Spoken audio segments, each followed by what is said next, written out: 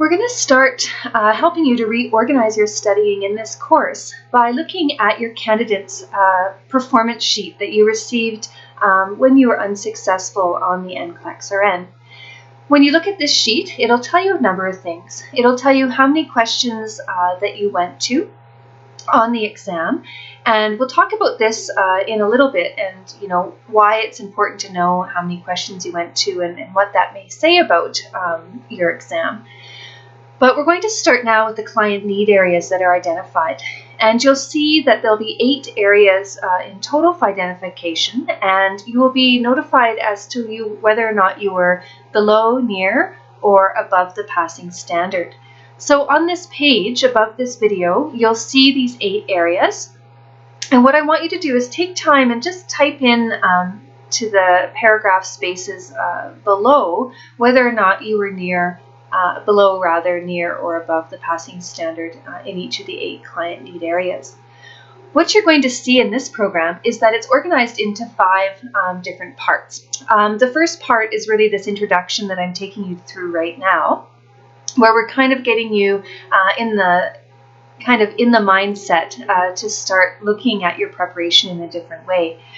The second part is very important. What I've done is I've created modules in each of the 4 client need areas on the NCLEX RN test plan. And what you will do is go through each of these 4 modules and complete the review questions, the readings, and the exercises using both the resources that I've linked you to in this program and your nursing program textbooks. So what we're doing in part 2 is we're resetting your content, and we're getting you towards the content that you need.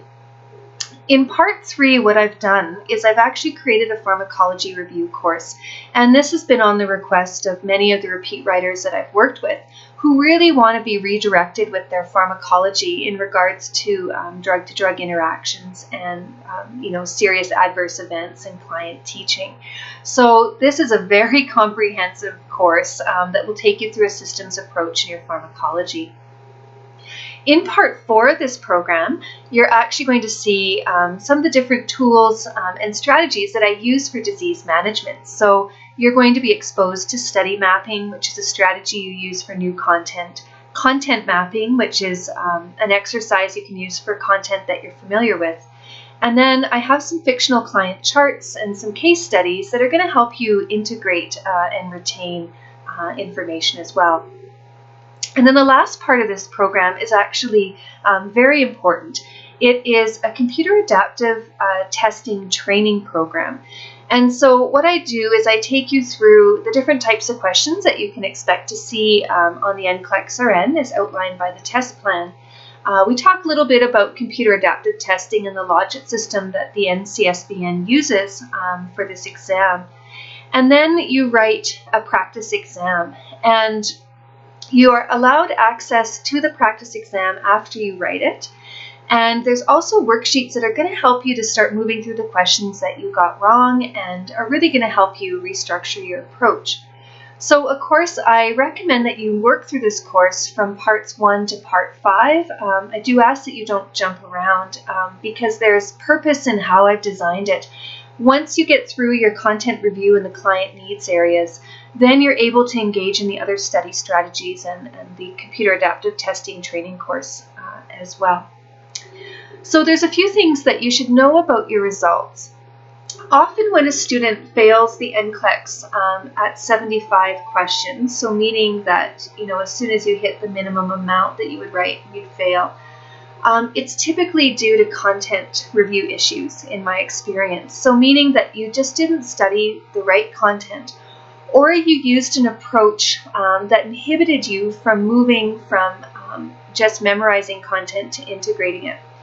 So often, students that use review guides, so summary guides and not their nursing textbooks, paired with just practice questions, it's common if they haven't engaged in the right content review for them to only go to 75 questions. Some students will go even farther to the end, so they'll go to 265 questions and they'll run out of time. Typically, if you're running out of time and you're going through to 265 questions, you're riding that logic line between a pass and a fail. often there's something that is underneath all of that, and it could be an issue with reading, something that's happening with your comprehension on the exam itself. And then students who shut off at 75 questions but have really done a lot of content review, often that is related to exam anxiety, because we do know that in exam anxiety, in a pen and paper exam, often you get the first third of the exam incorrect. And that's pretty easy to fix as an educator when you're sitting down with pen and paper. You just have your student go back and redo that piece. But the problem with computer adaptive testing is that starts to work against you. So these are things that I really want you to think about. You know, did you struggle with the exam because you didn't study the right content or study it in enough depth? Are you struggling with exam anxiety where you're getting the first, a few questions wrong and it's working against you with the computer adaptive system? Or is there something underneath all of this that's challenging you in the way that you're reading and understanding the questions? And so when I do repeat writer work, I always first come from the stance that it's content review that's inhibiting you. And so this program is really gauged towards getting you back to that review. And then if you're still struggling, then we can start looking at the questions and how you're reading them as well. So please complete this course in the order that it's presented. You can start in the client need areas with areas that you know that you were below the passing standard on. Sometimes it's best to take that approach. But it is important to do all the content review because there may have been areas that you're missing. And also when you go to rewrite the exam, you're not going to be tested on the same content that you were before. New content is going to come in. So we really need to be taking a holistic approach.